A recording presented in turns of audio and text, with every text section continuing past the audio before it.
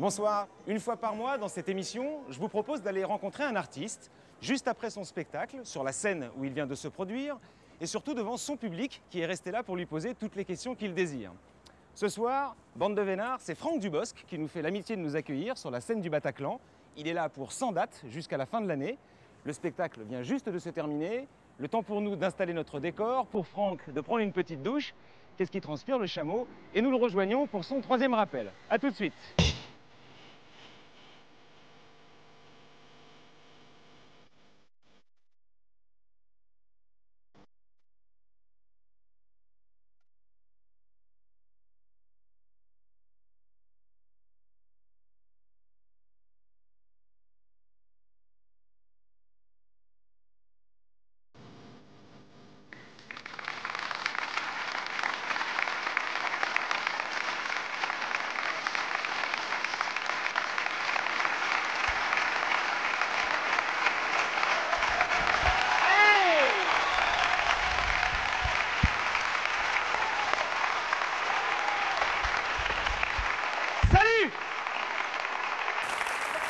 Merci à vous d'être restés pour le troisième rappel de Franck Dubosc. Il va nous rejoindre dans un instant. Ça vous a plu au fait? Il a été bon ce soir? Vous êtes bien marrés? Vous en voulez une couche? Bon, juste avant qu'il nous rejoigne, je vous rappelle qu'il y a des hommes en noir dans la salle, avec des micros. C'est votre émission, vous êtes là pour poser toutes les questions que vous voulez à Franck Dubosc. Je vous demande de lui faire un nouveau triomphe. Merci d'accueillir Monsieur Franck Dubosc.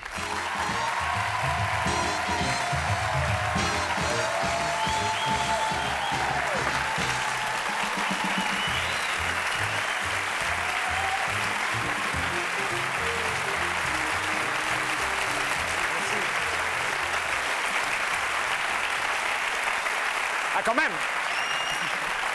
Non, mais parce que j'ai l'habitude d'être tout seul, moi, c'est pour ça. Donc ça me fait bizarre de rentrer, il y a déjà quelqu'un sur scène. Je me dis... J'ai cru que vous n'alliez pas me dire bonjour. Si, mais c'est le public en premier, toujours. Vous êtes en forme? Ouais, c'est marrant parce que les visages changent. Je me suis habitué pendant presque 2 heures à des visages ici. Enfin, il y en a qui sont restés, mais... Justement, avant qu'on s'assoie, si vous voulez faire un petit tour, serrer des louches, aller embrasser une jolie fille que vous avez repérée. Ben, le problème, c'est que si je commence à en embrasser une, je vais vouloir les embrasser toutes. Faut choisir, il y en a qui... Et je vais me prendre des coups de pied au cul par les garçons. En tout cas, merci beaucoup d'être restés un petit peu plus longtemps. C'est vraiment gentil et j'espère que vous aurez des questions à me poser, pas trop méchantes. T'étais déjà placé là, toi, tout à l'heure, hein? Là-bas, hein? Oui, j'ai vu ton décolleté. En tout cas, là... Mais on regarde, tu sais, nous on regarde, on est là, on regarde, et, hein, pas mal. C'est vrai en plus. Oui, c'est vrai, les premiers rangs, on vous voit un petit peu. Au fond, on ne voit pas. Mais En tout cas, vous aimez bien le contact avec le public, hein, la proximité. Non, je déteste ça. J'aime pas. Non, mais vous rigolez, oui, mais il y a oui, des artistes qui préfèrent entretenir la distance. Vous avez besoin de contact. Ah ouais, non, moi il me faut ça. Oui, sans ça, c'est vraiment Moi j'ai écrit le spectacle pour le public. Grâce au premier spectacle que j'avais écrit, j'ai pu écrire plus facilement le deuxième. Ouais. Enfin, même si je me suis fait larguer entre-temps et que ça m'a aidé quand même un petit peu aussi. Hein. Alors voilà, j'ai une nouvelle à vous annoncer. Alors pour certains d'entre vous, c'est une bonne nouvelle. Pour d'autres, c'est une mauvaise. Je suis célibataire. Ah ouais, c'est l'autre jour, Véronique, ma fiancée, elle m'a quitté, soi-disant que je l'avais trompée. Ah! Dernière nouvelle, attendez. Une fois, c'est pas trompé, je suis désolé. Une fois, c'est comparé. En plus, je suis même pas allé jusqu'au bout. Mais bon, allez pas lui raconter, hein, je veux pas en plus passer pour un naze. Enfin bref, voilà, c'était plus possible. Il fallait que l'un de nous deux parte. Puis bon, bah, comme j'habitais chez elle, bah, c'était plus pratique que ce soit moi, quoi. Comment vous l'expliquez, la ferveur du public, le fait que tout le monde soit resté comme ça? Enfin, j'ai l'impression que le... Une grève de métro. Non mais... C'est tout. Non, mais... De toute façon, j'ai décidé, moi, ce soir, les blagues, c'est vous. Ah bon? Ah oui. Alors, il faut que j'écrive un deuxième spectacle, c'est ça? Je vais refaire le premier. Là, vous me regardez. Non, le talent, l'impro. Il n'y a pas que le talent, d'ailleurs. Vous avez un petit côté un peu beau gosse. Il n'y a pas que vous. Je trouve que tous les nouveaux comiques, Michael Youn, Titov, Gad Elmaleh, tout ça, c'est du beau gosse. Il faut plus seulement être drôle, il faut en plus être beau, maintenant. Est-ce que c'était la peine de citer les autres? Pas vrai. Eh ouais. c'est incroyable. Merde. Allez, Merde. on va s'asseoir un petit peu. Un petit peu. Allez, où je m'assois? Ici, cher Oh, on dirait une bouche.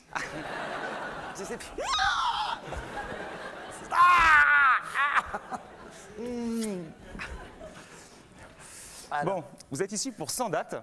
C'est ce qu'on appelle un marathon. J'ai fait un petit calcul, un peu de maths. Il y a 1200 personnes, je crois, dans la salle. 100 dates. 100 à peu près. 100 dates, ça fait 120 000 spectateurs. Si vous faisiez 2 Stades de France ou 6 Bercy, vous faisiez la même chose. Pourquoi est-ce que vous avez choisi la longueur? Un peu mégalo pour vous, les grandes Ah, scènes? j'avais pas fait le calcul, je suis con, moi. Ah merde. Ah, pourquoi je fais... Oh, j'aurais pu faire 6 jours au lieu de 100 et pas le reste des vacances. Ouais. Non mais le côté Bigard, Stade de France, tout ça, c'est pas votre truc? Je sais pas si les gens seraient venus tous en même temps déjà. Et puis non, moi je trouve ça... sur mon premier spectacle, je suis resté très très longtemps à Paris. D'abord parce que le public venait pas trop au début, donc il fallait rester pour essayer qu'ils viennent, faire travailler le bouche à oreille et puis tout ça. Donc j'ai fait 4 salles en fait, pour essayer 4 ou 5. Ça s'est étalé sur 3-4 ans. Oui, ça s'est étalé sur très longtemps. J'ai joué 500 fois. 520 fois. Et puis, il n'y a pas de lassitude. Comment on fait pour se motiver, je sais pas, à la 73e, à la 243e? Bah, oui, il y a des jours où il y a une lassitude, mais en fait, 6 fois, j'aurais eu l'impression de ne pas assez jouer le spectacle. Vous parliez donc de lassitude.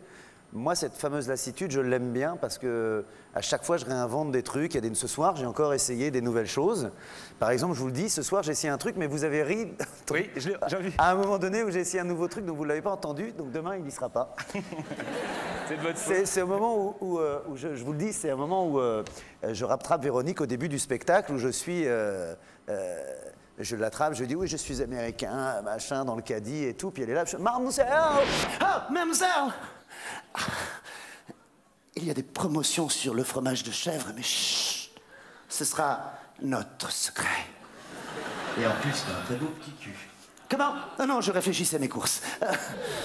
Alors, je vais vous montrer ce que vous n'avez pas entendu, Léo, si tu es prêt. Parce que... Non, Léo n'est pas prêt. Dommage. Parce que, donc, avant, je disais, mademoiselle, je connais personnellement Danny Briand. On ne sait jamais. Je me suis dit, sauf quand Danny sera dans la salle, ça marche pas. Alors après, j'ai fait, mademoiselle, je suis Scorpion, ascendant Vierge, fougueux mais néanmoins passionné. Pourquoi pas? Et puis là, je vais retomber dans le plus basique et je vais faire, t'es prêt, Léo, hein? Et je vais faire, mademoiselle, il y a des promotions sur le fromage de chèvre, mais chut, ce sera notre secret.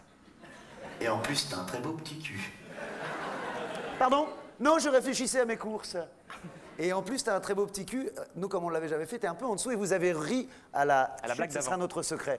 Donc, on s'est rendu compte, certainement, moi j'ai imaginé mon ingénieur du son se dire merde, je l'ai mis en même temps qu'il riait, mais on savait pas que ça allait rire juste avant. Donc voilà, c'est des petits trucs comme ça. Ça se calcule, tout ça. Demain, on va en reparler avec Léo, mon ingénieur du son, puis on va voir si on garde ou si on garde pas. Et c'est ça qui est motivant, c'est que des petites choses nouvelles comme ça. Alors justement, vous faisiez référence à votre premier spectacle, là je vous ai raconté. Le challenge pour vous... Je vous ai pas raconté, pardon. Le challenge à l'époque, c'était de conquérir un public. Ouais. Aujourd'hui, c'est fait. Là, le challenge, c'est plutôt de ne pas le décevoir. Oui, c'est jamais plus à l'aise fait. Quand il faut conquérir ou pas décevoir? Non, c'est conquérir toujours. C'est comme avec une femme. C'est pareil. J'ai loupé avec une femme, il faut que je réussisse avec le public. Je vous souhaite un meilleur destin avec le public. Ouais. Ne pas décevoir, ce serait un peu trop... Bon, bah, on n'est pas déçu. C'était bien, tu n'es pas déçu. Non, on n'est pas déçu. Non, il faut qu'ils disent... Il faut qu'il y ait des... Moi, il y a un mec, l'autre jour, il est venu me voir et il m'a dit... bah, tu vois, toi... Il sortait du spectacle. Hein. J'aime pas ton humour, mais j'aime bien ton spectacle. Non, mais je comprends. C'est un monsieur qui m'avait vu à la télé, qui m'aime pas la télé, qu'on a dû traîner. Il a dû dire « Oh, du boss, tu me fais chier ». Bah, il y a ces gens-là qui ont rire dans la salle aussi. Hein. Il y a tous les gens qui viennent parce qu'on leur a dit « Va voir du boss ». Alors maintenant, j'espère qu'il y en a le maximum de ces gens-là qui sortent en se disant « Ouais, t'as raison, c'était pas mal. Allez, c'était pas mal ». Alors on va parler du spectacle pour commencer. Donc le point de départ, c'est comme un roman à clé en fait ce spectacle. Le point de départ, c'est votre séparation. Enfin, vous êtes fait larguer par votre ami après 5 ans d'union. Et donc vous allez vous servir de ça en toile de fond pour nous raconter tout un tas d'histoires. Alors 5 ans, c'est la vérité. Dans le spectacle, je dis 7. Juste pour mentir un petit peu. 7 ans. 7 ans de vie commune. Ça fait quoi, vous? Rien. Combien, vous? 3 ans, c'est rien. 3 ans, 7 ans, on se perçait les boutons dans le dos, nous. On fermait plus la porte des toilettes. On laissait des poils dans la baignoire. On osait faire des... Tiens, des qui font du bruit. Oh, amour, quand tu nous tiens. Bon, c'est sûr, au début, on fait attention à tout, on est un petit peu pudique. Tiens, l'haleine du réveil. Oui, il y a des couples, je vois ça. Bon, bah, moi, au début, le matin, pendant que Véronique dormait encore, je me levais tout doucement, j'allais dans la salle de bain sans faire de bruit, hop, un petit coup sur les dents. Je reviens discrètement dans le lit, et là, dès qu'elle ouvre l'œil, en plein dans le nez. Alors forcément, ah, tu t'es brossé les dents? Oui, bien sûr. Hier soir, avant d'aller me coucher. Certes, vous déconnez, mais en gros, vous mettez quand même vos tripes sur la table, comme on dit. Oui, je me sers surtout de la vie... Non, on se sert toujours de la vie pour écrire des trucs drôles, il faut partir d'une réalité. Donc je me sers de la réalité, mais après, maintenant, ce qui se passe dans le spectacle, c'est plus de la déconnade. D'ailleurs, je crois qu'il y a une question du public, c'est ce qu'on me dit dans l'oreillette. Bonsoir. Bonsoir. Je voulais savoir quel était le vrai du faux dans votre spectacle, en fait. Si, par exemple, le passage sur l'hôpital psychiatrique, je voulais savoir ce qui était inspiré ou pas. Non, je suis jamais allé en hôpital. Mais si je parais aussi équilibré qu'aujourd'hui, ça n'est pas le fruit du hasard. Je suis allé en hôpital psychiatrique. Ouais, oh, à cause de Véronique. Les médecins avaient dit maniaco-dépressif à tendance paranoïaque. C'était pas bien, quoi. Bah, disons que j'étais juste un petit peu jaloux. Voilà. Bon, bah, pas... Mais faut voir la vie que m'a menée Véronique, hein. Oh là là là là là. Un soir, dis donc, je rentre à la maison. 21h34. Véronique! Véronique, mon amour! C'est moi! Qu'est-ce qu'on mange? Véro, ma petite chatte! Véronique! Tu es morte? Et là, j'arrive dans la salle de bain, je vous jure, hein, j'ouvre la porte. Véronique, tu peux m'expliquer ce que tu fais dans la salle de bain, 21h34? En train de te démaquiller? T'as un amant, Véronique, qui serait caché sous la mousse de ton bain, c'est ça? Ah, trop tard. Il s'est échappé par le siphon. Donne-moi un tournevis, je le poursuis dans le tuyau. Tu me traques, Véronique. Je sais que t'es en train d'organiser mon assassinat. Oh, je me vois bien monter dans la kangou, j'appuie sur le champignon. Paf! Te voilà libre, libre! Pas de chance, Véronique, pas de chance. Je viens d'enregistrer cette conversation. Et c'est comme ça que j'ai atterri au service du professeur Goldman. Le Manitou de l'antidépression. Vous étiez un peu suivi, non? Ah non, pas du tout, non. Non, je pensais. J'avais envie de celui-là parce que c'était il y a très longtemps quand je faisais des sketchs dans des bars, j'avais fait un sketch comme ça sur un hôpital psychiatrique. Et celui-là, je le cherche encore un petit peu parce que comme je suis jamais allé, je pars sur des choses qu'on m'a racontées comme ça, mais c'est plus pour déconner. J'ai du chocolat dans le genou, bon, c'est un petit peu... Mais oui, c'est le dernier stade, ça. c'est des choses dont on m'a parlé. J'ai un ami, une fois, qui m'a parlé d'un ami à lui qui parlait... Plus du cul. Bon, bah, je me suis dit, c'est marrant d'avoir un personnage comme ça, mais non, je suis pas allé en hôpital psychiatrique, jamais, hélas. Bon, en tout cas, dans ce spectacle, vous parlez essentiellement de vous. Ouais. Un petit côté narcissique, ça vous plaît de parler de vous? Oui, non, ça me plaît de me moquer de moi. Ça me plaît de me moquer de moi, surtout. C'est une façon habile de parler de soi. Oh, mais je parle pas beaucoup de moi. Enfin, je parle pas de moi. Je parle beaucoup de moi dans les émissions de télévision pour parler du spectacle, mais je parle pas dans le spectacle. C'est quand même plus de la déconnade. Il a rêvé d'aller à New York. Je l'emmène en camping au Cap d'Agde. Attention! Pas au camping de nudistes, hein. Non, le vrai camping du Cap d'Agde. Dans le camping de nudistes, moi, j'ai... tout nu, là, naturiste. Non, j'aime pas, ça me dérange.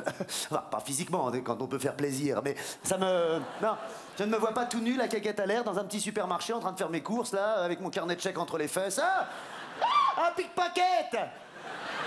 Imaginez en train de pousser mon petit chariot, là, les fesses à l'air. Mais attention, votre caddie, monsieur, enfin, c'est froid! En train de jouer de la harpe. C'est pas hygiénique, enfin. Alors vous me voyez, tranquille, au rayon fruits et légumes, en train de choisir mes petits machins, là. Bonjour, mademoiselle. Ah, vous avez de très jolis abricots, dis donc. Je peux choisir moi-même?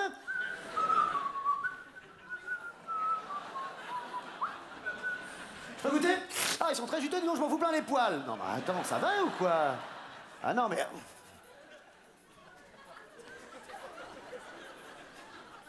Oui, allô? J'aime bien le camping. Je parle de moi quand je parle du camping parce que j'en ai fait beaucoup. Mais ma première histoire d'amour, enfin ma première langue en bouche, c'était en camping, dans le Périgord, au camping municipal de Sénac-Saint-Julien. Elle s'appelait Annette, comme personne d'ailleurs, personne. J'avais 12 ans et demi, presque 14. Elle en avait 11. Je l'avais épatée en arrivant deuxième au concours de course en sac intercamping. 1, 2, 3, 4, 5, 6, 7, 8, 9, merde, l'autre bord. C'est des ricochets. Tu sais pas ce que c'est? Tu vois ce que c'est, les ricochets? Je lui ai donné rendez-vous au balançoire. Tu l'as fait toi aussi? Elle est venue, forcément, tu parles, une gamine, 11 ans. On s'est balancé pendant une bonne vingtaine. Non, pas une bonne vingtaine de timune. Vous comprenez, je peux inverser les mots, c'est pas grave. Pendant une bonne vingtaine de minutes. Les yeux fixés sur la surépète. Sur la supérette du camping. Au bout de 20 minutes, on est descendu de la balançoire. J'ai vomi. Et là, je lui ai dit, Annette, j'ai la quéquette qui frétille. Je veux que tu sois la femme de ma vie. Sur le côté, vous aimez bien parler de vous, je crois savoir que vous allez écrire un roman autobiographique. Est-ce que c'est vrai? Non, j'écris ça, c'est mon petit jardin secret. J'écris ça à la maison. Désolé de l'avoir révélé. Non, parce que je l'ai dit une fois ou deux. Et... Non, ça s'appelle Le petit garçon qui a cassé l'arrêt de bus. Ouais. Et alors c'est marrant parce qu'il y a beaucoup de gens qui viennent me voir pour me dire ouais, vous pourriez pas écrire les 100 leçons pour draguer, les trucs machin, mais je sais pas moi faire tout ça. Donc j'avais commencé à écrire comme ça pour me libérer un truc qui parlait plus de moi effectivement et pas forcément drôle. Et j'ai commencé à écrire l'histoire du petit garçon qui a cassé l'arrêt de bus parce que j'ai cassé un arrêt de bus à Grand-Quevilly quand j'avais 12 ans. Et je raconte que je me suis... personne ne m'a vu. Et je me suis dit, si on me prend et qu'on me met en prison, je suis quoi? Je suis prisonnier politique ou délinquant? Parce que ça appartient à la ville, à la commune, le maire. Et puis j'ai tenu comme ça pendant longtemps à aller à l'école en me disant, les petites filles ne me regardaient pas. Parce que j'avais des lunettes, j'étais boutonneux, j'étais assez moche. Et je me disais, si tu savais que c'est moi qui a cassé l'arrêt de bus de l'avenue Georges Braque, tu me regarderais différemment, comme un voyou, un gangster. Un rebelle. Un rebelle. À toi, public, une question, je crois. À toi, public. Bonsoir. Alors moi, en parlant de drague, je voulais savoir si votre personnage de dragueur compliquait pas vos relations avec les femmes dans la vie. Oui. Clairement. Bien sûr, oui, bien sûr. Oui, ça complique avec les femmes, surtout depuis que je suis célibataire. Non, ça complique, oui, ça complique dans un sens, c'est que forcément, il y a deux solutions. Soit je continue à déconner, vous savez, on dit ouais, c'est bien de faire rire les femmes, mais si moi, pour faire rire les femmes, il faut que je fasse le dragueur un peu ringard. Sauf que dans la vraie vie, là, ça se partage. Je les fais rire ou je les drague vraiment? Parce que je ne sais plus trop quoi faire, donc les filles me prennent plus au sérieux. C'est-à-dire qu'on se dit, oh là là, celui-là, je le vois venir, il va me draguer, il va y aller. Oui, bonjour, je suis Franck Dubosc. Quand j'étais dans l'avion, je faisais l'amour avec une hôtesse dans les toilettes. Et prenez pas l'avion, quoi. Et là, tout à coup, paf, une secousse. Ni une ni deux, je cours à la cabine de pilotage. Et là, j'aperçois le capitaine écroulé dans les bras du sous-pilote, lui-même complètement groggy. Tout de suite, je leur dis, surtout, ne vous inquiétez pas. Je suis comédien. Alors là, si la panique t'envahit, t'es foutu. Parce qu'un bateau qui coule, ça va. Tu peux toujours nager. Mais un avion qui s'écrase... Ah, tu vas pas t'envoler, hein? Ça, la nature est stricte là-dessus. Un homme en l'air, il tombe. Ah oui, mais non, moi, j'invente rien. Il y a un mec qui l'a démontré avec une pomme. C'est la loi de la gravité. Je veux dire, à 2000 mètres d'altitude, un homme sans parachute, c'est une pomme. Et là, dans mon Boeing, j'ai tout de suite vu la compote. 350 pommes dans le même panier, dis donc. Aussi sec que j'ai pris les commandes du Boeing. Pousse-toi, capitaine. Oui, hello, Fox, bravo, ici Tango Charlie 2-0, quart sud-est, vent de tribord, 0 en visuel à 2 heures. Non, je déconne. Non, j'y connais rien, non, j'y suis allé pudique. Allô, y a quelqu'un? Oui, bonjour monsieur, voilà, je m'appelle Franck Dubosc, je suis comédien vedette. Et c'est moi qui conduis l'avion. Non, je ne plaisante pas, non, c'est moi qui tiens le volant. Ou le guidon, je ne sais pas comment on dit. Comment? Oui, c'est la première fois, oui, tout à fait. Et je suis fier que ce soit sur votre compagnie, monsieur. Je crois qu'on va faire du bon boulot. Comment? Ma position? Ah si. Mon taux de pressurisation. Voilà, attends, il m'énervait, le mec. Il n'arrivait pas à comprendre que j'avais jamais conduit un avion. Je suis désolé, ça peut quand même arriver, merde. Ah, je me suis dit, tant pis, je vais le poser tout seul. Et là, ils sont cons, les mecs. Parce que mes 350 pommes, c'est pas de la compote que je risque d'en faire. C'est du cidre. Ce fameux personnage du macho mytho dragueur, ça a été votre marque de fabrique. Ça fait 20 ans, je crois que vous êtes un petit peu dans ce métier, mais on vous connaît vraiment depuis 5 ans, en partie grâce à ce personnage qui a fait votre succès. Là, vous le déclinez encore un petit peu dans le spectacle. Si vous ne le faites pas, vous avez peur de décevoir le public. Pourquoi vous le déclinez encore, ce personnage? Non, par exemple, je vous donne un exemple de comparaison. Gad Elmaleh, avec Chouchou, il prend le parti de ne plus le faire parce que sa démarche, c'est de dire il ne faut pas donner au public ce qu'il attend. Est-ce que vous êtes d'accord avec cette démarche? Non. Moi, j'ai un système, c'est que je vais vers ce qu'ils croient. Et tout à coup, paf, je renverse la vapeur, sauf que 2 secondes après, je donne ce qu'ils attendent. Il n'y a rien de plus beau qu'une phrase que tout le monde a sur les lèvres. Ils veulent que je la dise et paf, je la ça dis. tombe. Ouais. Mais c'est pas l'exemple de Chouchou n'est pas le même exemple, parce que Chouchou, c'est juste un personnage du spectacle de Gad. Donc c'est vrai que s'il se met à le faire trop, là je comprends, il a raison, il ne peut pas trop le faire. Mais moi, quand je vais voir Charles Aznavour, s'il ne chante pas La Bohème, ou s'il ne chante pas Hier encore, j'avais 20 ans, bah, je suis déçu quand je sors de la salle de spectacle. Alors quand moi je vais jouer sur scène, je me mets à la place du spectateur. Là, dans le spectacle, j'ai ramené Sandy, un tout petit peu. Sandy. Bah, il y a des gens peut-être qui vont dire « Ah, c'est génial, on la revoit ». Enfin bref, on est allé chez Sandy, et là je sais que je vais en effrayer plus d'une et en exciter plus d'un. On arrive chez Sandy, elle ouvre la porte de son appartement. Là, elle se retourne vers moi, elle me plaque contre le mur comme ça avec son ventre et elle me dit « Oh, brûle mon château, investis mes douves, déchire mes tours, brûle-moi le corps. » Bon, ben, elle attaque. Là, elle m'attrape par les testicules, comme ça.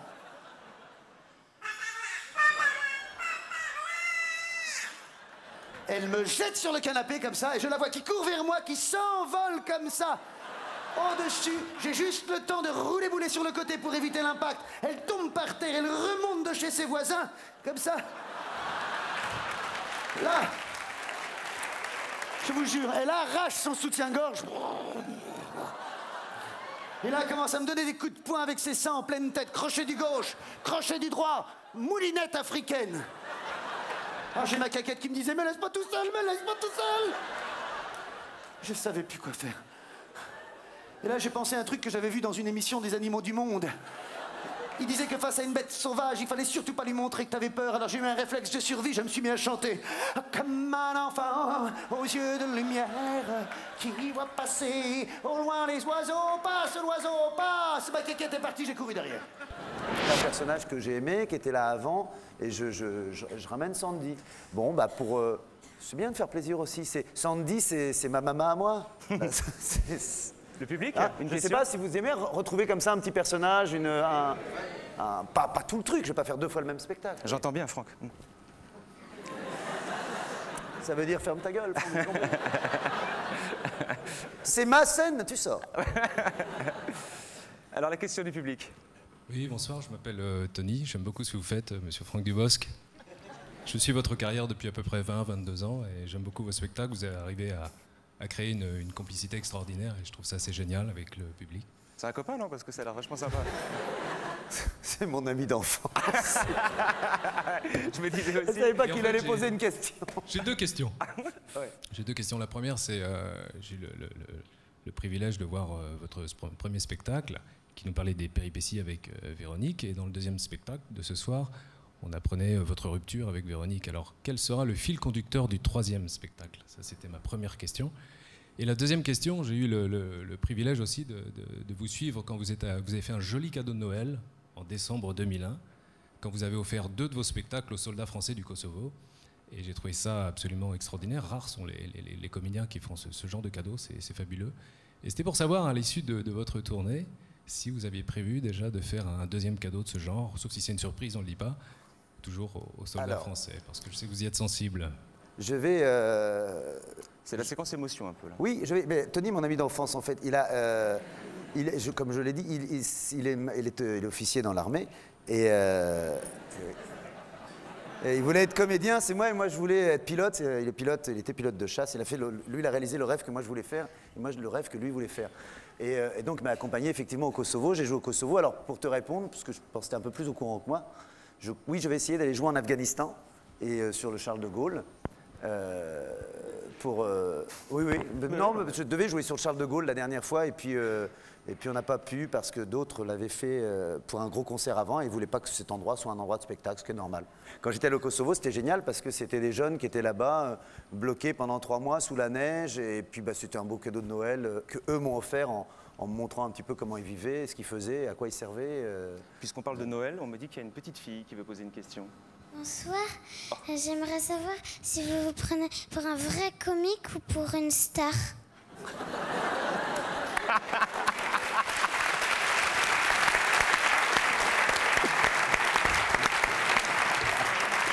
En général, c'est les meilleurs. Hein. Ah, c'est mignon. Non, c'est bien encaissé ça, Franck. Bah, comment te dire? Comment te dire Alors donc, ce sont 2 choses différentes. Hein, il y a les vrais comiques et il y a les stars. Oui. Est-ce que tu peux me citer un vrai comique et une star que je vois à peu près dans quel... Un vrai comique? Comme comique, il y a Elise Moon. C'est un vrai comique, c'est pas une star, lui. Bah, si, mais... par exemple, une star, il y a Johnny Hallyday. Et un comique, il y a... Il est drôle aussi, Johnny Hallyday. Oui, mais c'est pas un comique, c'est un chanteur. D'accord. Ben, je crois que je suis plus un vrai comique, alors. D'accord. Je suis plus un vrai comique. Si je te fais... Est-ce que je te fais rire? Oui, très. Bon, ben alors je suis un vrai comique. Je suis un vrai comique. Et puis... Mais Johnny Hallyday, quand même un peu les deux, hein. Non, je rigole. Non, je comprends ta question. Je comprends ce que... Oui, c'est assez... C'est bien vu, comme on dit. Ah ouais, c'est très bien vu. Bah, tu me remets à ma place, ma chérie. Parce que non, c'est vrai, on a souvent l'impression un peu de se considérer comme des stars, alors qu'on voit que les enfants... Ah non, c'est pas une star, lui, c'est un comique. T'as un amour, ma petite chérie, à la vie. C'est mignon comme tout. Bah, puisqu'on parle de votre humour, c'est assez varié, hein, le spectre est large pendant le spectacle, c'est souvent bien vu, c'est assez fin. Et puis de temps en temps, vous y allez franco, dans l'humour un peu Club Med. Oui. Ouais. Comique proutier, même, parfois. Côté un peu pipi caca, la grivoiserie facile. Écoutez, je pense qu'une journée sans aller aux toilettes, c'est inquiétant. C'est vrai. Et je pense qu'un spectacle sans un petit prout, bah, ça manque. Sortir en me disant... Ça manque.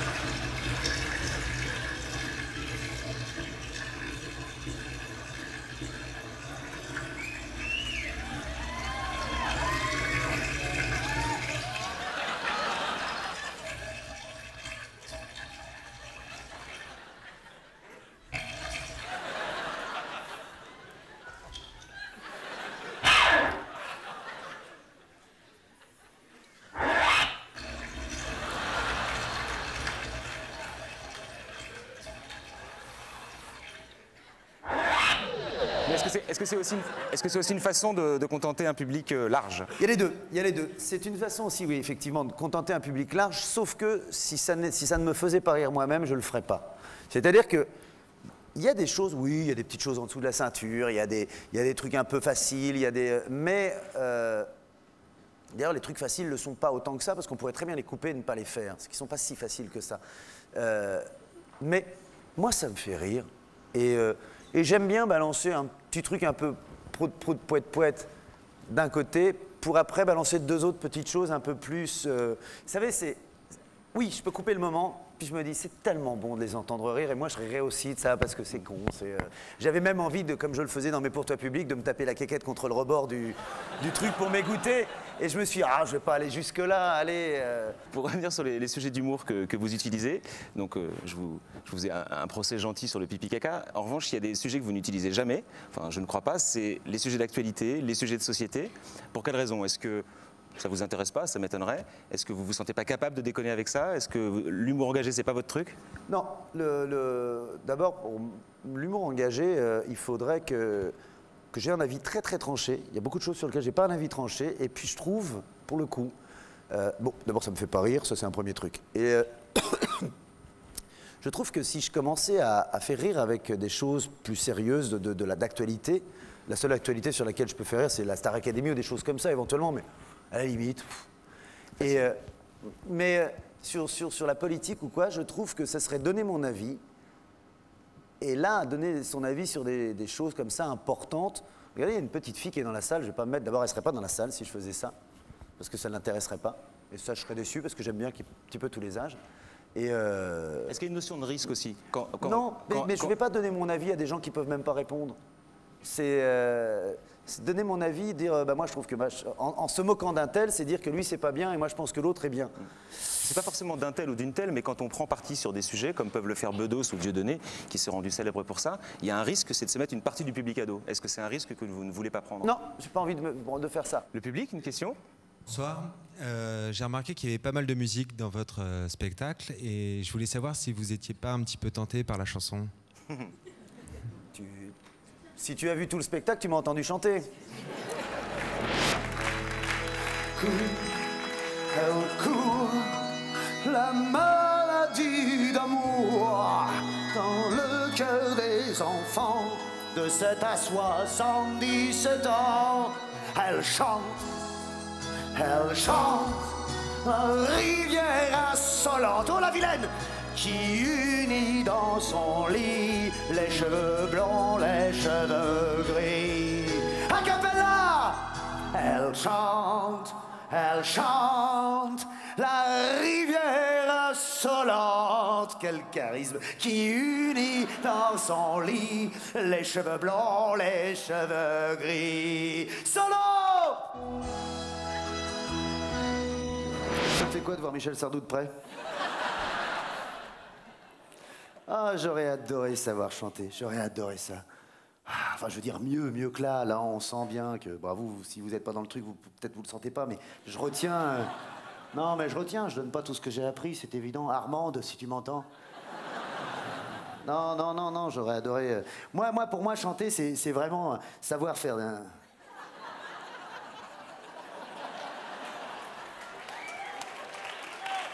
La chanson, c'est, si vous voulez, moi, si j'avais... Bon. Je crois que si j'avais su chanter, j'aurais fait un disque, quoi. J'aurais fait un disque, et ce disque, je vais vous le dire, ça aurait été... Pardon. Le disque de l'amour.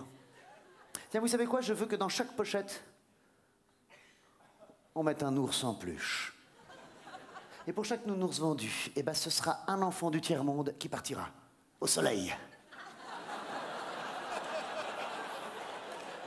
Oui, ou ailleurs, s'il va aller ailleurs, il ira. Mais ils savent pas ce qu'il est, de toute façon, on peut pas... Ah, j'aurais adoré être un chanteur. Je m'imagine, moi, dans ma loge, après le concert, hein, avec mon peignoir sur les épaules, en train de me démaquiller, avec mon nom écrit dessus. Ou le nom de l'hôtel dans lequel je l'ai fauché. Fort Remulin. Toc, toc, toc. Qui est là? Franck, c'est Johnny. Johnny qui? Johnny Holiday. Ah, c'est toi. Entre Jean-Philippe. Franck Dubosc faisait des concours de disco en discothèque quand il était plus jeune. Ah oui, j'ai dansé le carré, moi je faisais ça, rien. Attendez, Franck. Ah, t'as une musique? Bien sûr, je vous mets Grease et à vous de jouer. Ah, mais c'était pas des... Ah, mais... Allez, hop. Non, il faut faire ça, rien. Il faut faire ça, rien. Ah, essaye. essaye en même temps. Moi, je suis pas très... Vas-y, regarde, tu fais ça. 1, regarde. 1, 2, et tu... 1, 2, comme ça. Bah, viens à côté, mets-toi de face, mets-toi de face, mets-toi de face. 1, 2, 3, 4. Et en faisant le 3, 4, tu tournes, regarde. 1, 2, 3, 4. 1, 2, 3, 4. Et là. Et après, tu tournes, tu sais, on faisait ça, attends, une fois. On faisait un truc comme ça, je me rappelle plus que ça. On descendait comme ça, puis on tournait comme ça.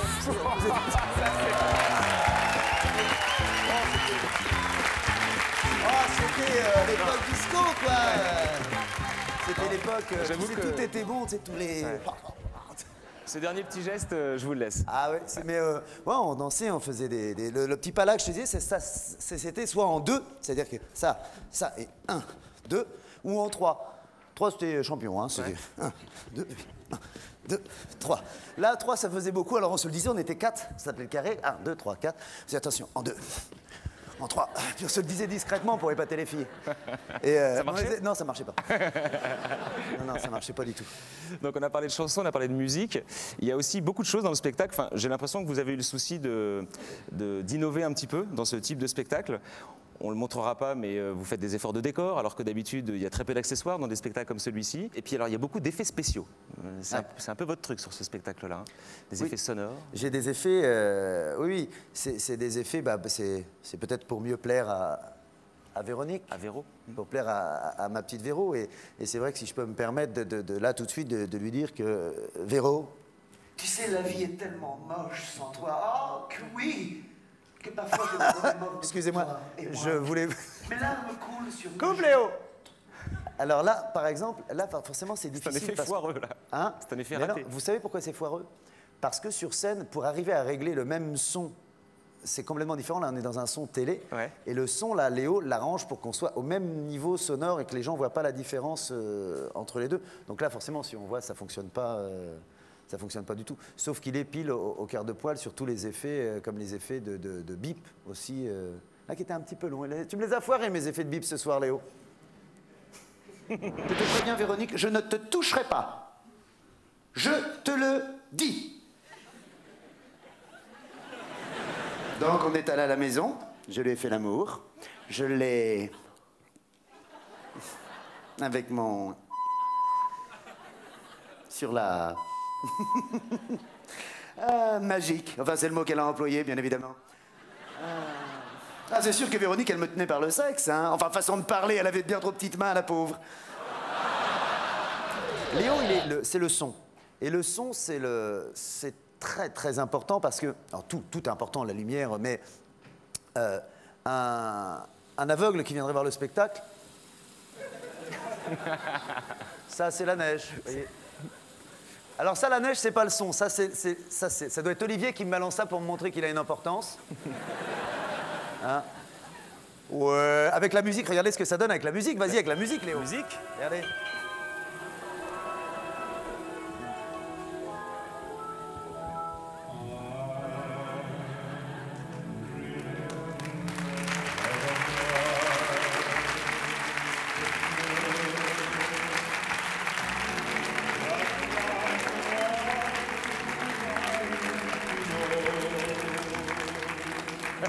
C'est beau, non? C'est beau comme image. C'était très beau. Et je disais, le son, c'est hyper important parce que même un aveugle, s'il venait au spectacle, c'est le son qu'il entend. Ouais.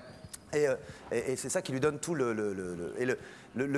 un cue, comment un cue, un départ. Ils aiment bien quand je fais ça, mes techniciens. Un départ lumineux qui se fait pas exactement au bon moment, on s'en rend moins compte. Un truc sonore, c'est beaucoup plus marquant. Une question dans le public, je crois. Bonsoir Franck. Au final, votre voix, elle est truquée ou naturelle? Ma voix là? Ah, sur scène? Non, c'est ma voix normale. Non, c'est ma voix normale. C'est peut-être la voix, quand vous prenez votre voix grave à la Alain Delon, là. Ah, quand je prends la voix très grave... Très suave, très grave. Non, ça, c'est quand j'ai bu mes whisky, tout ça, c'est ça? Oui, voilà. Ah non, elle est truquée. Vous voulez qu'on vous le fasse? Tu peux le faire, Léo? Alors, regardez, alors je fais ça, en fait, je sors, et puis...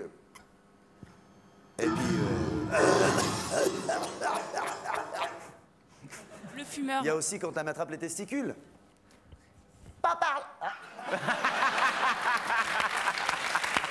Ah, ça c'est réglé, hein. Attendez, et là, elle m'attrape les testicules. Pas par là, pas par là. Bah là, on n'a pas le bon son exact, mais... Oui, Si, il mais faut, c'est pas mal. pour Léo, il faut que j'arrête, il n'y ait plus de son, pour pas que le son soit pris par... Et souvent, s'il y a un rire dans la salle, le problème, c'est que ça passe par mon micro et ils vont entendre... Applaudissements pour Léo. Bravo, Léo. Mais vous savez, José, là... Alors, il y a Léo qui est... Léo, c'est Laurent Ferré. Donc Léo Ferré, c'est Laurent Ferré, mais il y a Olivier Maillot qui fait la lumière, qui est aussi un des gros postes. Et il y a José Godin. José Godin, c'est le petit José de Mes Pour Toi Public. Dans Mes Pour Toi Public, il y a mon souffre-douleur. Et c'est José, en fait, qui est mon poursuiteur, qui fait partie de toute notre équipe. On se suit depuis longtemps, tous ensemble. Puis il est rigolo. Un jour, je lui ai dit, viens, je vais faire les Pour Toi Public, viens faire le technicien. Et puis il est tellement drôle que je l'ai fait jouer. Il va me demander du pognon maintenant. Salaud. Allez, applaudissements Et là, pour avec- l'équipe alors. Alors, dernier élément hyper important du spectacle, le public. Vous l'utilisez beaucoup. Il y a des sketchs où vous descendez dans la salle, vous allez chercher du public pour le faire remonter sur scène. Qui n'a jamais connu un bal du 14 juillet, animé par Ricky Larsen, n'a jamais connu la folie du tempo? Vas-y Ricky, fais-nous rêver! Wow. Toi qui voulais toucher, ouais. La chata, la vas-y, oh, ouais, ouais. Oh, oh, oh, ouais. Oh, oh, ouais. Toi qui voulais toucher, hey. Hey. Oh, oh, c'est bon, toi. Hey, allez, moi, allez. Allez, allez avec nous. Allez, allez, ouais. Allez, là. Allez avec nous. Allez, allez. Hey. Léo, pousse, Léo, pousse, Léo.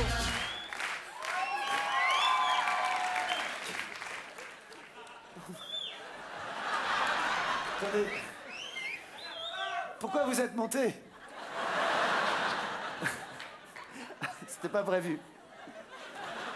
Non, attendez. Attendez. Non, il y a des places devant pour ceux qui veulent. Non, mais je... Attendez, venez, je vais dans le public pour déconner un peu, m'amuser, jouer un peu avec vous, me faire tripoter éventuellement, c'est adorable ce que t'as fait, mais faut pas monter, je veux dire, c'est pas possible, c'est pas le Club Med. Non, je veux dire, c'est vrai, les gens... Bon, en province, je comprends, mais pas à Paris.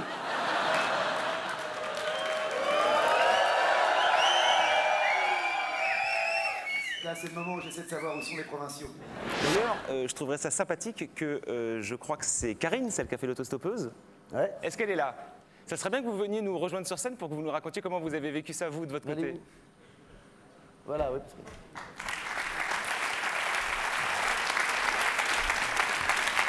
Alors, asseyez-vous. On voit rien, on n'a pas ses lunettes. Mais non, j'ai pas mes lunettes. Hein, regarde, elle fait sa coquine comme si on se Moi, connaissait je vois, depuis je longtemps. vois ça, vous êtes intime, non? Non, elle était là avec son mari. Bon alors juste, quand vous... Je sais pas, le fait de vous retrouver sur cette scène, à côté de Dubosc, ça vous... Enfin, je sais pas, comment vous avez vécu ce petit moment-là? Vous vous y attendez pas forcément? Non, pas du tout. Et alors? Bah, ça fait une sensation vraiment étrange parce qu'on a l'impression d'être de l'autre côté du miroir, quoi. Donc vas-y, tu fais du stop et je... Non, dans l'autre sens. C'est bien, voilà. Ou tu peux fermer le code international, c'est ça, voilà. C'est prêt. Ça, c'est ça, oui. Et ça, c'est pouce, quoi. C'est un peu de choses près, hein. Mais ça, c'est va te faire foutre. Je fais du stop, salut. Et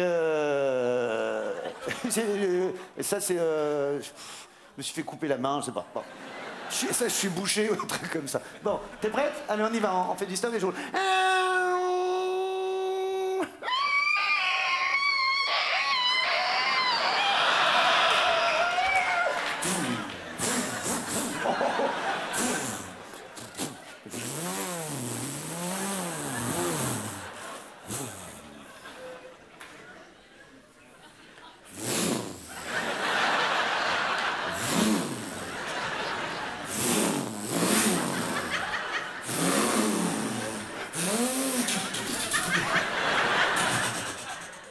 Bonjour, mademoiselle, je vous emmène. Attends, j'enlève la sécurité bébé. Je n'ai pas encore d'enfant, mais on ne sait jamais, une rencontre. Viens. Comment? C'est pas... Ah, attends. T'as quoi? T'as une Lamborghini ou quoi? Alors, vas-y, montre-moi ta porte de Kangoo. Là, t'hésites tout à coup. Tu te souviens plus de ce que c'est qu'une porte de voiture, vas-y. Ouais, bon, d'accord, ok. Ouais, tu montes derrière. Attends.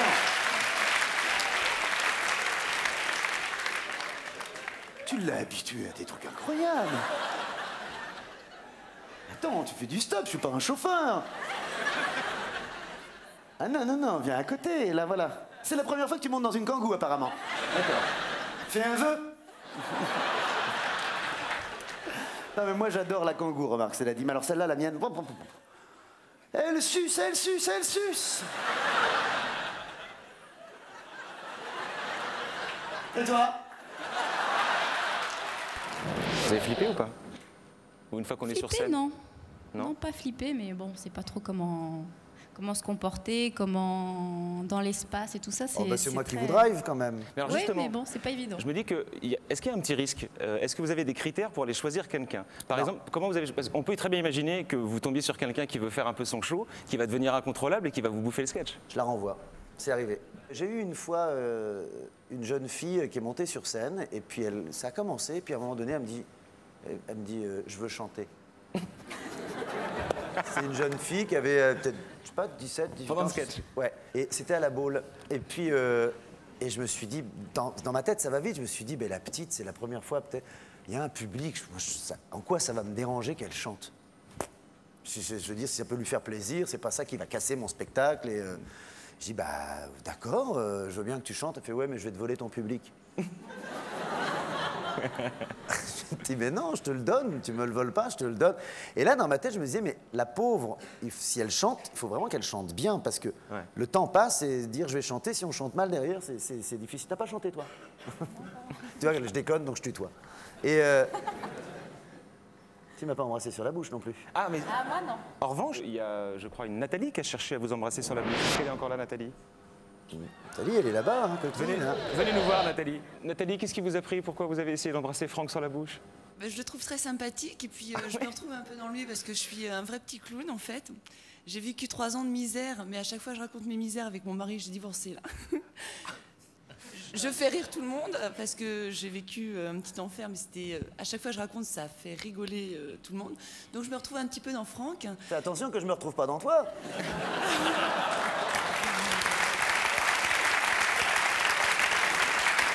Ah, c'est une perche! C'est une perche! C'était facile! Mais si tu veux, à La Réunion, quand tu passes à La Réunion, j'habite à La Réunion, là, je suis de passage, je pars demain. Ce serait avec plaisir. Vous serez le bienvenu, Franck. Mais on va aller jouer à La Réunion, bien sûr. Non, j'ai téléphoné, j'ai voulu savoir, et tu pars à Tahiti, apparemment, en Polynésie. Oui, aussi, oui. Mais tu viens pas à La Réunion. On va venir à La Réunion, je pense, oui. Je pense qu'on va venir on va aller à La Réunion. Je sens que votre prochain spectacle, ça sera sur une Nathalie qui vous a largué. Écoute, non, parce que je vais raconter ma vie et je peux vous dire que le prochain spectacle, ce sera ma rencontre avec Julia Roberts. Merci beaucoup, Karine. On est bien là, hein? Alors on s'installe, on est chez soi. Merci, Karine. Et merci aussi, Nathalie. Merci. Merci, Nathalie. On va parler un peu de vous, perso. Ça vous ennuie pas, Franck? Alors, ces petits complexes physiques dont vous souffriez quand vous étiez jeune, ces boutons, cette mauvaise frange, ces lunettes, tout ça, ça va mieux aujourd'hui? Oh, bah, Biactol. Non, il y a un petit truc que vous n'aimez pas c'est encore. Mon nez, j'aime pas mon votre nez, moi. J'aime pas mon nez, non, non. Alors, non, j'avais envie de vous mettre face à un miroir. On va amener un miroir ici, et puis je me suis dit, tiens, il va se regarder, puis il va nous dire ce qu'il se dit tout haut quand il se voit. Alors. Ah! Oh, j'ai cru que c'était un autre, j'ai cru qu'on était deux. 2 mecs aussi beaux que moi, c'était pas possible. Ce que je me dis quand je me regarde dans la glace... Ouais. Alors, avant de rentrer sur scène, je vais vous dire ce qui se passe quand même. Parce que quand je dis je me regarde pas dans la glace, si avant de rentrer sur scène, ça fait comme... Il y a Mathieu qui gère un peu nous tous. Mathieu Petit, qui s'occupe de beaucoup de choses. D'ailleurs, quand je le nomme, à la fin, je fais « Mais Mathieu !» Parce que je nomme chaque poste de chacun, mais il est à côté de moi, on vient de mettre le micro, tout ça, puis je suis comme ça, je suis devant la glace, puis je dis tout le temps, je dis « Beau gosse !» Et ça, c'est le code pour voir si tout va bien. Beau gosse, puis voilà, son derrière, ouais, beau gosse. Et il y a des soirs où ils doivent me dire beau gosse parce que sûrement il faut rentrer sur scène et il est tard. Puis ils doivent se dire il va nous faire chier si on lui dit pas ça. Enfin, ouais, beau gosse, Franck, faut y aller maintenant là. Et je regarde, non. Ce que je regarde en premier, c'est. Oh putain. Même habitué, j'ai du mal à me voir comme ça. Je suis tellement beau. Même habitué. Toi. Non, moi ce que j'aime pas, c'est c'est mon nez, c'est mes dents, c'est. Passez combien d'heures par jour à vous regarder? Oh, pas beaucoup, non. Pas beaucoup, parce que je sais plus où j'avais dit ça, que j'avais mon miroir dans la salle de bain est trop loin, et comme je suis myope, je me vois pas bien, alors je suis obligé de me pencher comme ça, ou alors de mettre mes lunettes. Mais dès que je mets mes lunettes pour me voir, je me vois plus normalement. Mais non, je me regarde pas, je me regarde quand je me rase, ou le soir avant de sortir pour être beau. Comme tous, quand je dis pour être beau, on se regarde tous, on se dit je suis bien là, c'est bon. Tony, qui est mon ami, qui est là, il sait bien. Tony, ça va? Objectivement, pas plus que la moyenne. Non, comme tout le monde. Elle a 19 ans, la gamine. Ça me parle comme si j'en avais 40. Merde, j'étais vénère. C'est vrai, quoi, je suis pas un yeuve. Feuillèche. Je suis encore dans le coup.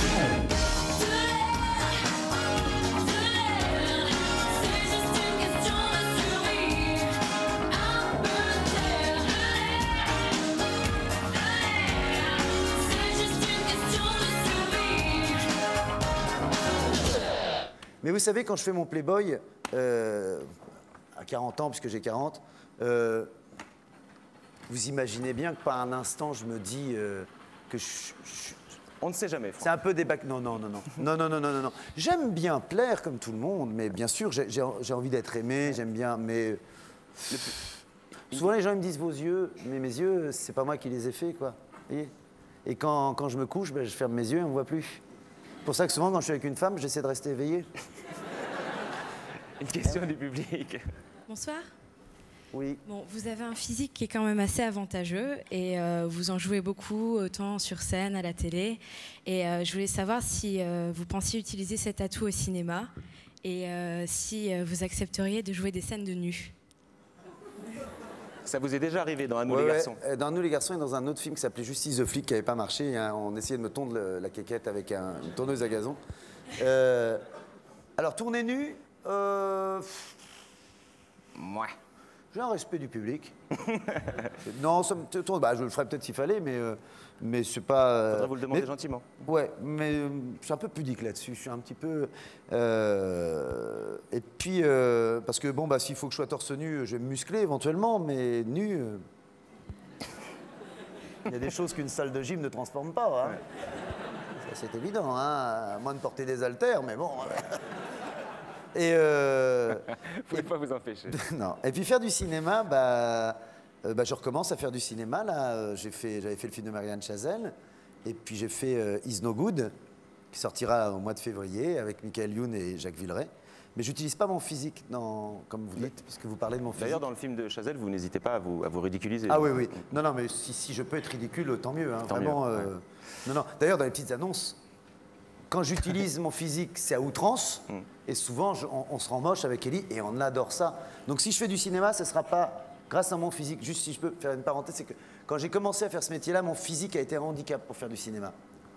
C'est ce que je préfère me dire. Mon talent aussi peut-être était un handicap. mais j'étais pas dans on cherchait des tronches, des gueules cassées. Donc déjà, j'avais sûrement pas le talent et en plus pas la gueule. Et moi, je me souviens d'un metteur en scène connu français. J'étais allé voir pour le casting. Et puis la directrice de casting, parce que c'est pas lui, cherchait un film, un acteur. C'était Chouan, le film. Et avec Sophie Marceau. Puis la fille me dit, ah là là, Franck, on cherche un jeune premier comique. On n'en trouve pas, je te jure, on n'en trouve pas. Et moi, j'étais en face d'elle, comme ça. Puis je vais faire des essais où, non, Franck, on cherche un jeune premier comique.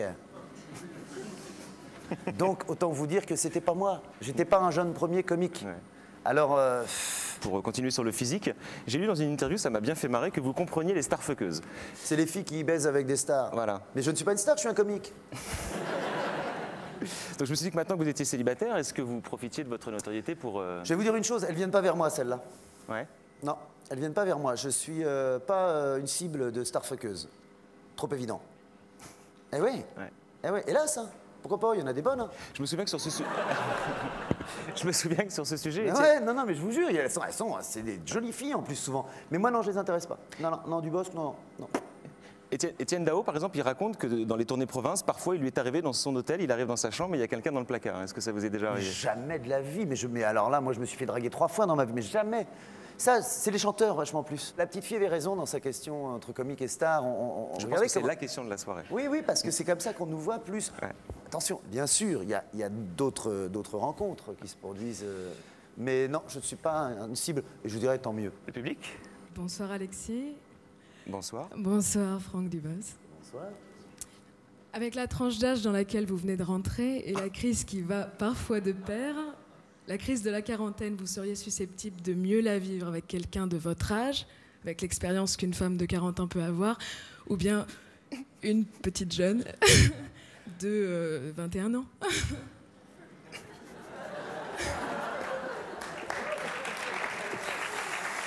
Par hasard. Cette allusion à des collègues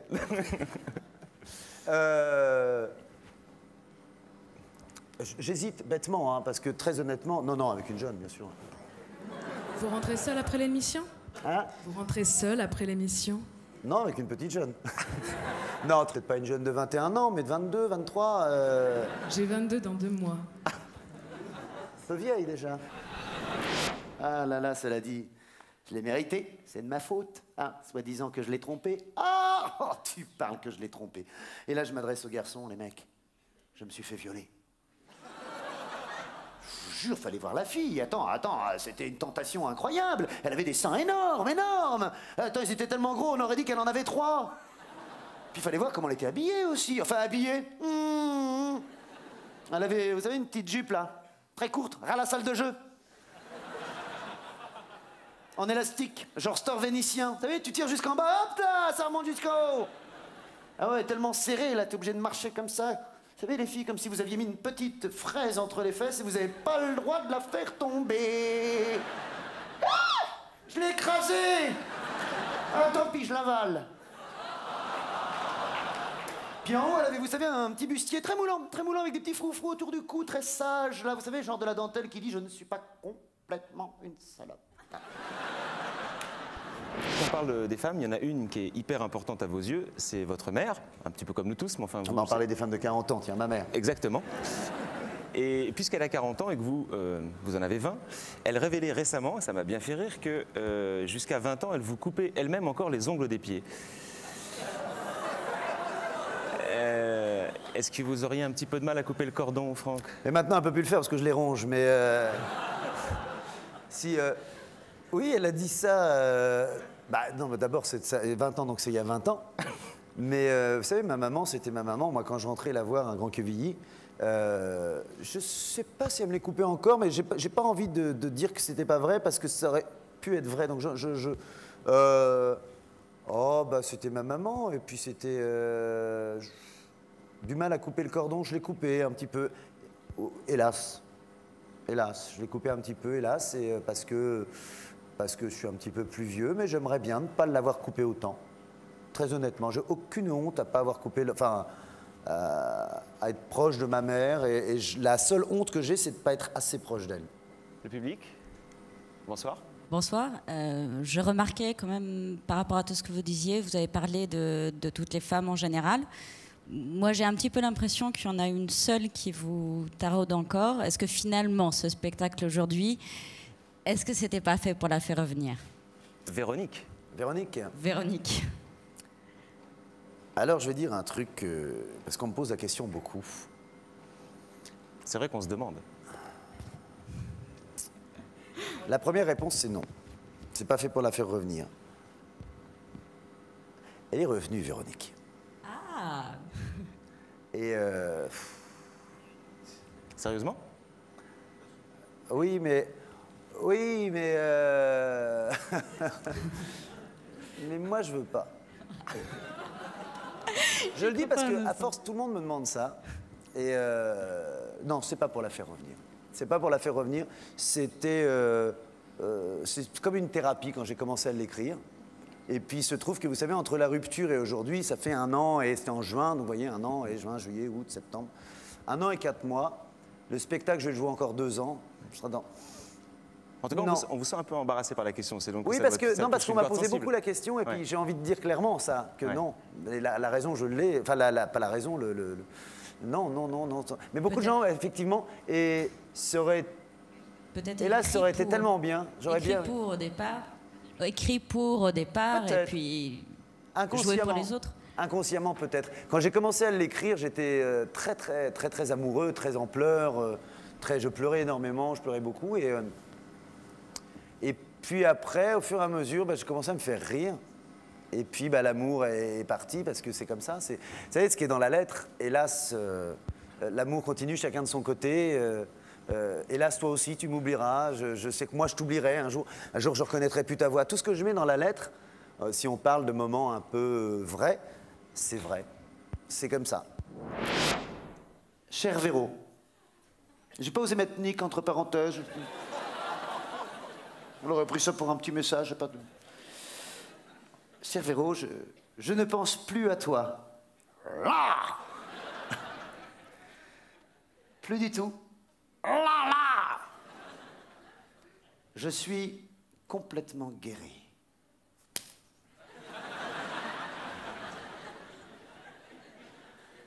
Bien sûr, il m'arrive encore de te chercher dans le lit.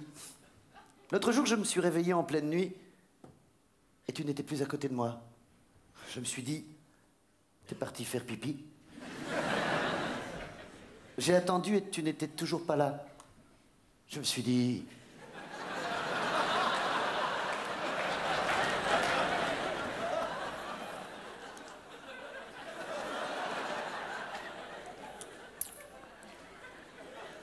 T'es parti?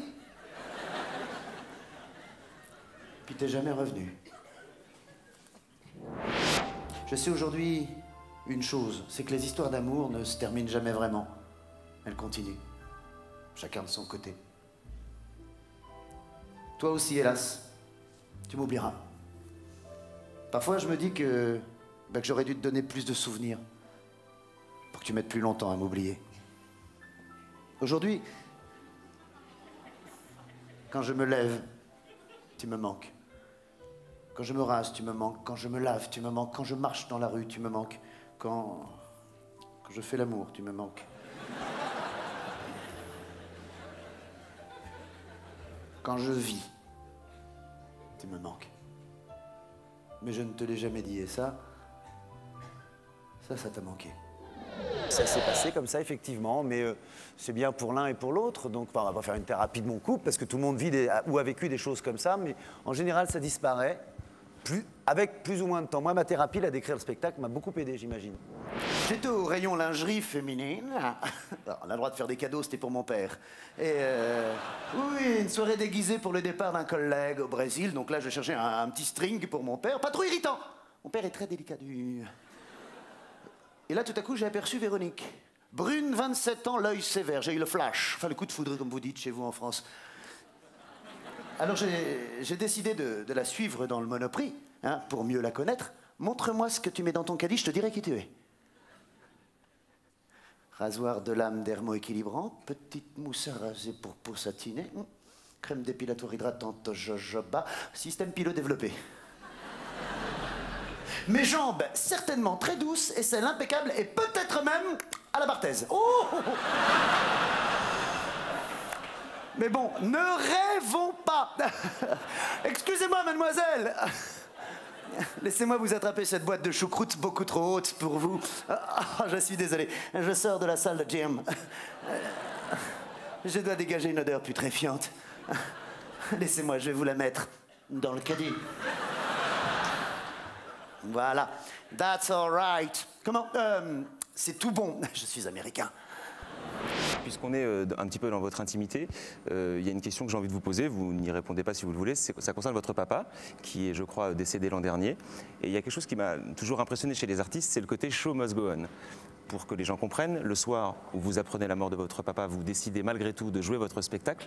J'imagine que c'est une expérience bizarre, pour employer un euphémisme. Ça m'a fait penser à Michel Serrault, qui avait joué La Cage aux Folles le soir où il avait perdu aussi sa fille. Non, on ne sait jamais comment on va réagir à ça. Moi, en fait, je savais que c'était imminent, donc j'étais en tournée Et puis j'avais un jour de congé, je suis allé lui dire au revoir. Et c'est le moment le plus dur de dire au revoir à quelqu'un comme ça qui n'est pas mort.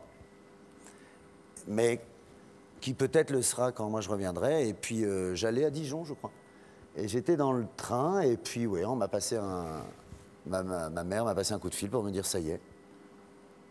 Et donc j'ai joué parce que j'avais dit que je jouerais. Mais le plus dur en fait, c'était pas de jouer, c'est que dans le spectacle, il y a un moment donné, c'était où je disais, je parlais des Village People, je suis allé voir mon père en lui disant, papa, non, je parle des Village People, et puis mon père m'a dit, Franck, les Village People, et je disais mal, Village People. Les gens riaient, et je disais, oh, vous moquez pas de mon père. Et les Village People, et puis les gens riaient, et je disais, bon, foutez-vous de sa gueule, il n'est pas là ce soir. Là, c'est dur. Là, c'est dur, d'autant plus que quand je faisais les Village People, mon papa est décédé d'une maladie qui l'empêchait après de finalement parler comme ça. Et c'était terrifiant pour moi. Et je me disais, non, il faut que je joue le spectacle, parce que lui-même m'aurait dit, t'es fou, quoi, tu vas jouer ton spectacle. Ouais, sacrément schizo pour faire votre... Et donc j'ai joué, moi je me suis effondré après, je suis allé... Mais j'ai joué terriblement bien ce soir-là, terriblement bien. J'ai tellement bien joué. Et en revanche, après, j'ai demandé à ma mère si ça la dérangeait que je continue à faire cette séquence-là du spectacle. Elle m'a dit oui. Et puis elle m'a rappelé, elle m'a dit non, fais-le. Fais-le. Et ce qui était le moment le plus dur, c'est quand j'ai joué au Zénith de Rouen. Là, ma mère était dans la salle. Et quand je suis arrivé à ce moment-là, c'est là, j'ai dit ouf.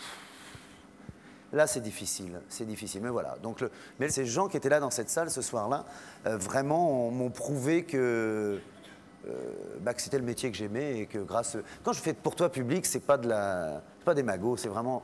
C'est plutôt pour moi, le public pour moi, c'est dans l'autre sens, voilà. Bien. Dans une dizaine d'années... C'était clair comme j'ai expliqué. Mais... Si, non, mais c'était même assez émouvant. Faut que je pète maintenant un peu pour donner un peu de... je ne sais pas si vous connaissez l'Acteur Studio, la célèbre émission de mon confrère James Lipton, oui. Enfin, de mon honorable confrère. Bien sûr, j'adore. Lui, il termine toujours son émission par le questionnaire Bernard Pivot. Ouais. Moi, je me suis dit que pour vous, il fallait un petit questionnaire de Véronique.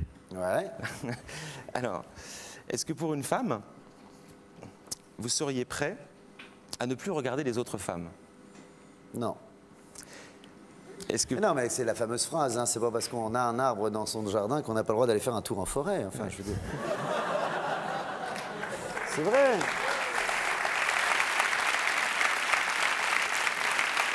Est-ce que pour une femme, vous seriez prêt à beaucoup moins voir votre mère? Hélas, je la vois pas beaucoup, ma mère. Donc, mais non. Est-ce que pour une femme, vous seriez prêt à ne plus faire rire les autres?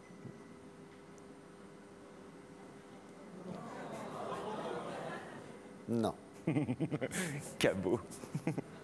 Non, j'aurais du mal. Oh, si j'aimais très très fort, je serais prêt à beaucoup de choses, donc peut-être, mais moi, c'est quand même, si je fais plus rire les autres, je vais être malheureux, et si je suis malheureux, je vais plus lui plaire.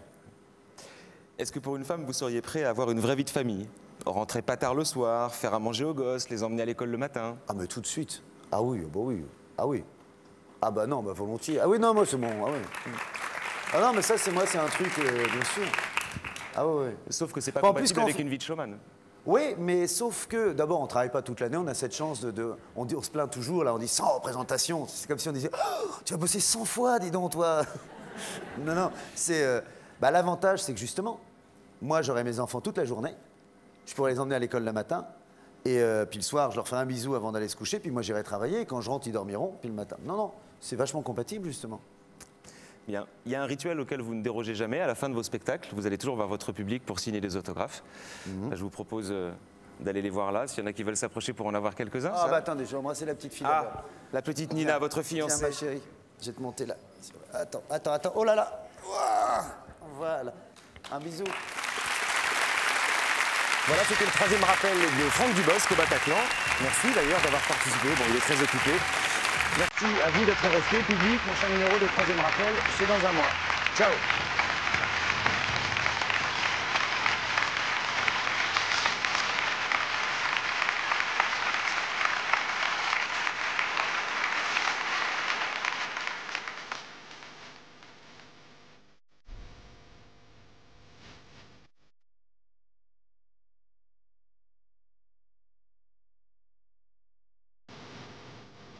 It